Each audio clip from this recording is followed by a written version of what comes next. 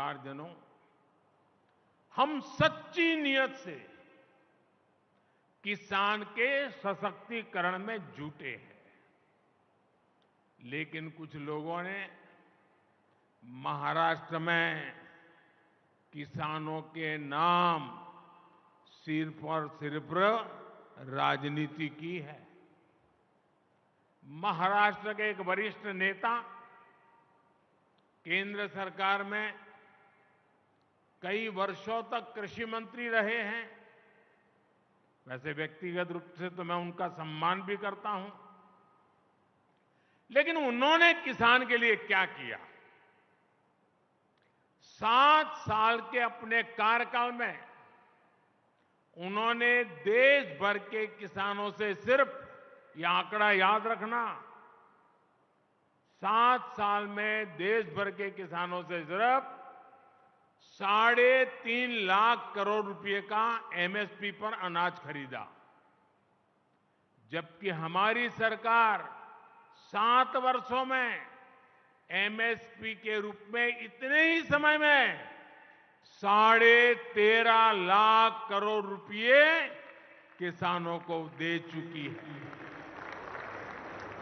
2014 से पहले दलहन और तिलहन ये किसानों को सिर्फ 500-600 करोड़ रुपए की खरीद एमएसपी पर होती थी, 500-600 करोड़, जबकि हमारी सरकार 1,15,000 करोड़ रुपए से ज्यादा दलहन और तिलहन किसानों के बैंक खातों में दे चुकी है।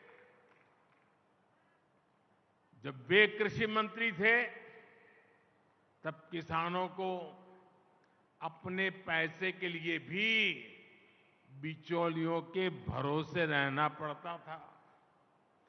महीनों महीनों तक किसानों को पेमेंट नहीं होती थी। हमारी सरकार ने एमएसपी का पैसा डायरेक्ट किसान के बैंक खाते में भेजने का प्रबंध किया है।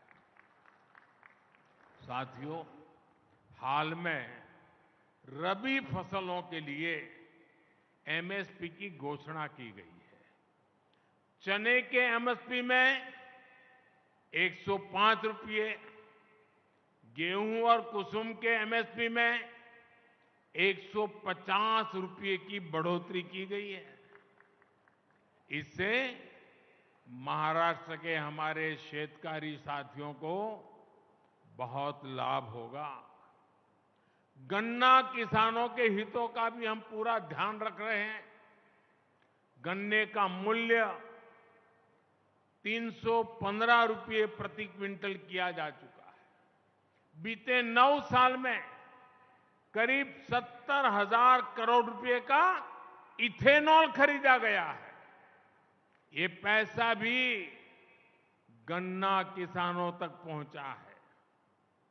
गन्ना किसानों को समय पर भुगतान हो, इसके लिए चीनी मिलों, सहकारी समितियों के लिए हजारों करोड़ रुपए की मदद दी गई है। मेरे परिवारजनों, हमारी सरकार सहकारिता आंदोलन को सशक्त करने का काम भी कर रही है। देश भर में 2 लाख से अधिक सहकारी समितियां बनाई जा रही हैं। देश के किसानों को भंडारण की, कोल्ड स्टोरेज की अधिक सुविधाएं मिले, इसके लिए भी सहकारी समितियों को, पैक्स को मदद दी जा रही है। छोटे किसानों को एफपीओज यानी किसान उत्पादक संघों के माध्यम से संगठित किया जा रहा है। सरकार के प्रयास से अभी तक देश भर में 7,500 से अधिक एफपीओ भी बन चुके हैं।